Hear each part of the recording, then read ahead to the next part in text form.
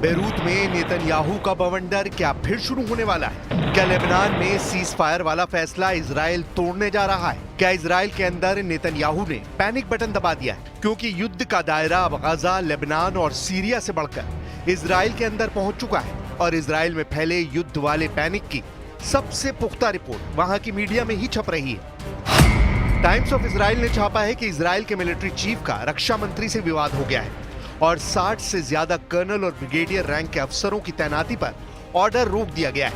यरूशलेम पोस्ट में खबर छपी है कि इजराइल की सेना 60 दिन की डील के बाद भी लेबनान में टिकी रहेगी। क्या लेबनान में सीज फायर तोड़ देगा इजराइल?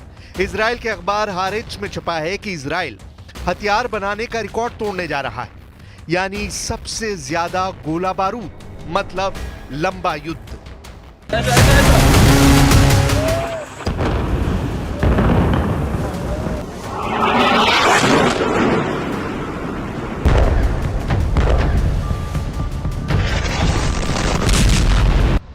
इन खबरों ने इजराइल के युद्ध पर बड़ा सिग्नल दे दिया है। खबर यही है कि इजराइल की सेना किसी बदलाव को मंजूर करने नहीं जा रही, चाहे नए अफसरों की तैनाती हो या फिर लेबनान में सीज फायर वाली डील। इजराइल धमाकों का नया रिकॉर्ड बनाने के लिए ज्यादा गोला बारूद बनाने की तरफ बढ़ चुका है, लेकिन युद्ध को लेकर नेतन्याहू की बेचैनी एक बहुत बड़े दुश्मन से है जो उन्हें हमास और हिजबुल्लाह से भी ज्यादा डरा रहा है। ये नेतन्याहू के लिए नसरल्लाह ब्रिगेड के खौफ से भी बड़ा युद्ध कहा जा रहा है। इजराइल की मीडिया में खबर है कि नेतन्याहू ने एक सर्जरी के बहाने कोर्ट में पेश होने से छूट मांगी है। नेतन्याहू पर भ्रष्टाचार के आरोप है और 10 दिसंबर के बाद से वो 6 बार कोर्ट में पेश हो चुके हैं, लेकिन अब नेतन्याहू कोर्ट में पेशी से छुटकारा चाहते हैं। नेतन्याहू की दलील है कि उनको प्रोस्टेट रिमूवल सर्जरी करानी है। अब नेतन्याहू की सर्जरी की टाइमिंग पर सवाल उठ रहे हैं, क्योंकि वो गजा में चल रहे युद्ध से पहले ही इस केस से घिरे हुए हैं। היריבים שלי בשמאל ובתקשורת מצאו יעד חדש ישן. הם תוקפים ללא רחם את רעייתי שרה, משענת חיי. שרה, הם בניי האהובים, היא אישה שעושה כל כך הרבה למען אזרחי ישראל. लेकिन इजराइल में नेतन्याहू के एक नहीं कई दुश्मन हैं और इस वक्त राजधानी तेल अवीव लगातार नेतन्याहू के खिलाफ प्रदर्शन की गवाह बन रही है।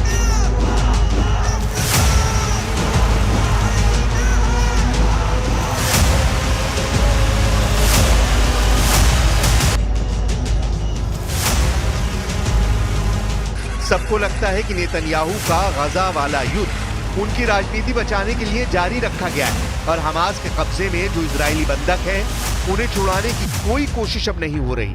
कुल मिलाकर हॉस्टेज डील के खिलाफ नेतन्याहू को ही बहुत बड़ी रुकावट माना जा रहा है, ताकि ना युद्ध खत्म हो और ना ही नेतन्याहू के खिलाफ कोर्ट का एक्शन हो। Hopefully, Netanyahu is not going to torpedo this hostage deal the same he's done for the last year. Each time that there was a hostage deal, there was a deal on the table, he torpedoed it, and each time with other spin. And now we are before the winter, not before, we are in the winter, and they're not going to survive. And we need two things. First of all, to stop the war in Gaza, and second, to bring them all back with a hostage deal. क्या गजा और Lebanon में बमबारी के दौरान Israel के अंदर Netanyahu सबसे ज्यादा घिर चुके हैं? क्या इजराइल के अंदर ही नेतन्याहू का सबसे बड़ा दुश्मन तैयार हो चुका है? और सवाल हो रहा है कि कोर्ट के एक्शन से बचने के लिए नेतन्याहू ने लॉन्च कर दिया है operation theatre plan. Operation theatre यानी सर्जरी और उसके बाद लंबा आराम। क्या यही है नेतन्याहू का नया प्लान? הם קוראים לזה עובדה, אבל זו פשוט תעמולה שקרית. תעמולה נבזית שמעלה שקרים מן האוב, ושם טרלול רודף טרלול. गाजा में जारी इजराइल की बमबारी के बीच नेतन्याहू के लिए सबसे बड़ी चुनौती वहां मौजूद इजरायली बंधक है, जो अब भी हमास के कब्जे में है। शुरू में नेतन्याहू और उनकी फौज बंधकों को छुड़ाने में एक्टिव दिखी, लेकिन बाद में ऐसी खामोशी छा गई कि सब नेतन्याहू के युद्ध वाले एजेंडे पर सवाल उठाने लगे। गजा में 450 दिनों की बमबारी की ताजा रिपोर्ट बहुत खतरनाक है।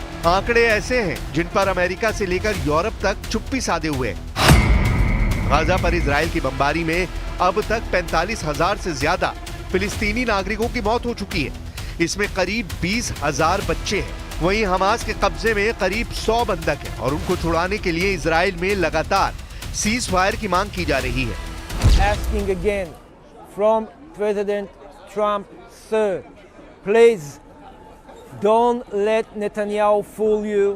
The only way to end this regional war is to go for a hostage deal with a ceasefire. We cannot win all the world.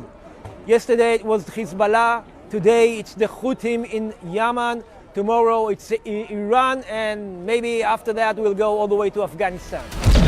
इस वक्त नेतन्याहू लेबनान को लेकर बड़ी पलटी मार सकते हैं। यही वजह है कि सबसे बड़ा सवाल लेबनान में सीज फायर को लेकर हो रहा है। लेबनान फ्रंट की स्टोरी यह है कि 26 नवंबर को सीज फायर पर बात हुई, लेकिन एक दिन पहले 25 नवंबर को इजराइल ने लेबनान पर ऐसे बम बरसाए जिससे इजराइल की नीयत पर सवाल उठने लगे। हिजबुल्लाह और इजराइल की सीज फायर वाली शर्तों में क्या था, उसे बहुत गौर से समझिए।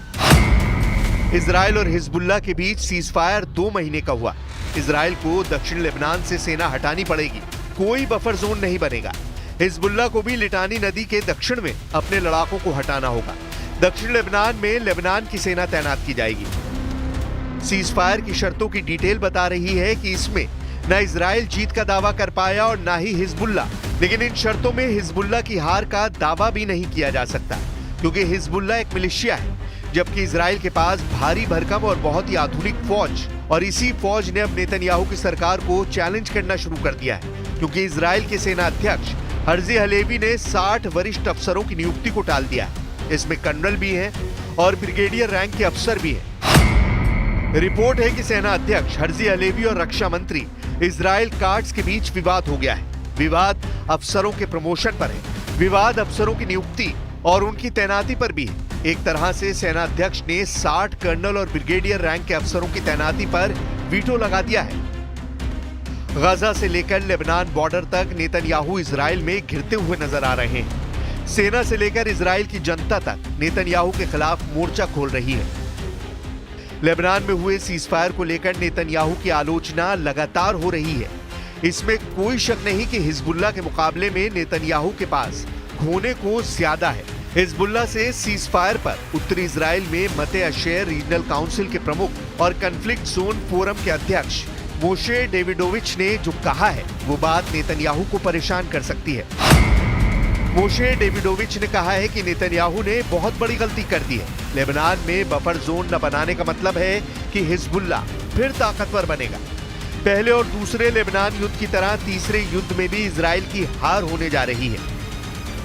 नेतन्याहू और इजराइल का मूड अलग है। यही वजह है कि तेल अवीव में इस वक्त सीजफायर के बहुत बड़े दुश्मन भी पैदा हो चुके हैं। उत्तरी इजराइल में मेटुला के मेयर डेविड अजुलाई ने कहा है कि ये सीजफायर नहीं, नेतन्याहू का हिजबुल्लाह के सामने सरेंडर है।